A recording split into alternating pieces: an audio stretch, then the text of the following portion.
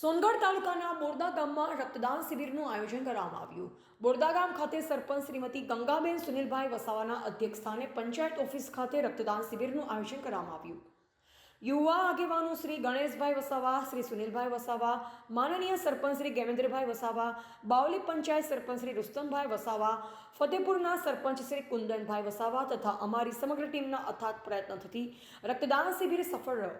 અમારા 14 ખેડાના યુવા મિત્રએ ઉત્સાહભેર રક્તદાનમાં ભાગ લઈ ટૂંકા સમયગાળાના આયોજનમાં પણ 51 જેટલી લોહીની બોટલ રક્તદાન કરવામાં આવી.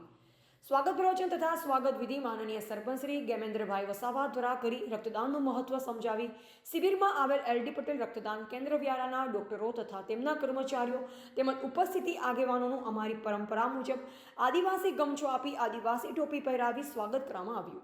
અંતે આભાર વિધિ ગામના યુવા આગેવાન શ્રી ગણેશભાઈ વસાવાએ રક્તદાનનું મહત્વ સમજાવી શિબિરમાં રક્તદાન કરનાર તમામ યુવા મિત્રોનો ખૂબ ખૂબ અભિનંદન આપી ઉપસ્થિત તમામ આગેવાનોનો આભાર વ્યક્ત કર્યો હતો.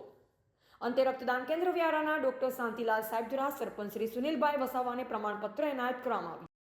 જી, આજે બોરદા ગામે બ્લડ કેમ્પનું આયોજન થયું અને તેમાં 14 ખેડાના યુવાનોએ ખૂબ ઉત્સાહભરે ભાગ લીધો અને 51 જેટલી બોટલનું યોગદાન બ્લડ કેમ્પ વ્યારાને આપ્યું. એવી જ રીતે 14 ખેડાના યુવાનો ભવિષ્યમાં પણ બ્લડ બેંકને આવી જ રીતે મદદરૂપ થાય એવી અપેક્ષા રાખીએ છીએ અને બોરદા વતી યુવાનોનો ખૂબ જ આભાર માનીએ છીએ. જય હિન્દ, જય ભારત.